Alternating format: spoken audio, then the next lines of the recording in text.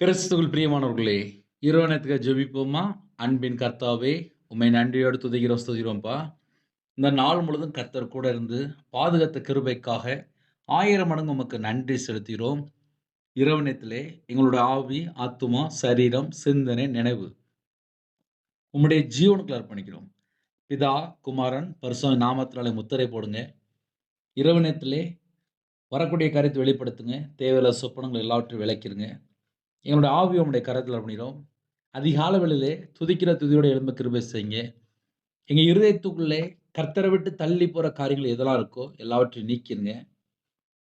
யாரெல்லாம் தங்களை தாழ்த்துறாங்களோ அவங்க இருதயத்துக்குள்ள தேவ சமாதானம் நிரப்புங்க. சரீரத்தில் உள்ள பலவீனத்தை நீக்கி போடுங்க. புது பலனை தாங்க, ஆரோக்கியம் தாங்க. கர்த்தர் கூட இருங்க.